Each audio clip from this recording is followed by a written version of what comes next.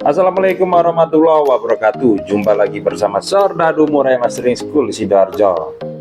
Oke teman-teman, banyak teman-teman yang tanya di kolom komentar ya, Om, gimana cara mengatasi murai cabul?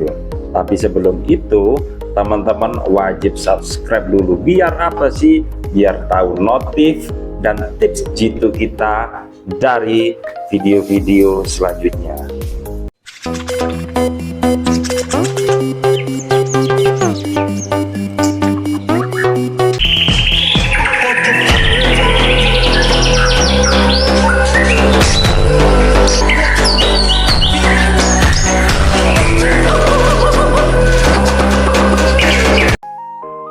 Oke, untuk teman-teman, untuk tema kali ini kita membahas soal murai cabul.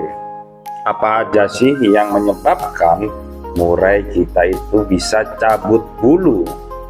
Yang pertama, bisa karena emosi. Terus yang kedua bisa karena kutu. Terus yang ketiga bisa karena stres. Ya teman-teman ya, kita harus tahu dulu kondisi burung kita itu seperti apa. Om, gimana cara mengenali murai kita itu penyebab cabulnya itu karena itu? Nah, contoh nih untuk pembahasan yang pertama, karena emosi ya teman-teman ya. Kalau di rumah burung itu setiap kali kita buka, setiap kali kita berikan makan, tiba-tiba burung itu agresif ya, bukan nyerang tangan nih, bukan galak. Agresif itu dalam arti dia menunjukkan agresivitasnya seolah-olah dia ketemu dengan lawan. Terus yang kedua, burung itu nembak, gacor, atau dia mengeluarkan suara ancaman ya teman-teman ya. Itu menandakan burung kita itu lagi emosi tinggi. Biasanya burung-burung seperti itu teman-teman itu telat memberikan mandi. Terus yang kedua, teman-teman itu kebanyakan burung itu dikerodong terus ya loh. Terus yang ketiga, teman-teman biasanya tidak memperhatikan jumlah extra fooding yang kita berikan ke burung kita. Akhirnya apa? Burung sudah jarang dimandikan, burung juga dikerodong terus, ekstra foodingnya juga banyak. Akhirnya apa yang terjadi? Burung emosi. Enggak semuanya burung diberikan seperti itu emosi. Kembali lagi ke karakter ya teman-teman ya. Ada yang memiliki burung itu metabolisme cepat, sehingga apa? Kita berikan ekstra fooding yang katakanlah nggak usah banyak lah, 2 atau 3 ekor jangkrik aja burung sudah agresif, sudah mengeluarkan materi dan lain sebagainya. Kedua teman-teman, cabul karena kutu. Nah ini ya, banyak teman-teman yang menganggap burung cabul itu karena emosi aja, bisa jadi karena kutu. Terus gimana ciri-cirinya kita mengenali burung kita itu cabulnya karena kutu? Ya, kita bisa perhatikan untuk hariannya burung itu seperti apa, kondisinya seperti apa. Contoh, kalau karena emosi, burung itu kalau dibuka kerodong itu langsung gacor, nembak materi ya teman-teman ya.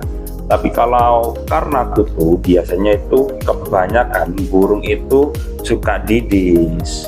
Terus yang kedua, teman-teman perhatikan untuk bulu-bulunya biasanya itu seperti kusam ya, seperti nyerit ya teman-teman ya.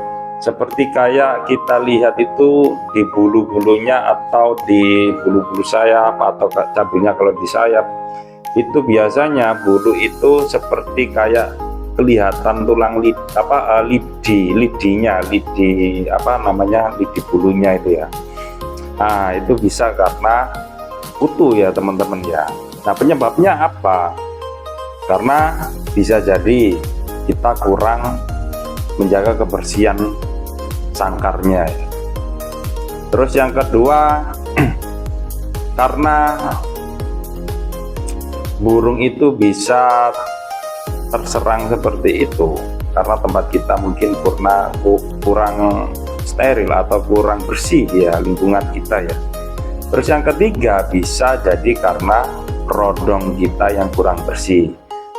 Banyak teman-teman yang menyepelekan rodong ini jarang dicuci ya teman-teman ya. Bahkan ini adalah salah satu bukan hanya atribut, ini adalah salah satu pelengkap yang menurut saya sendiri khusus lah kita perhatikan, terutama rodong kebersihannya.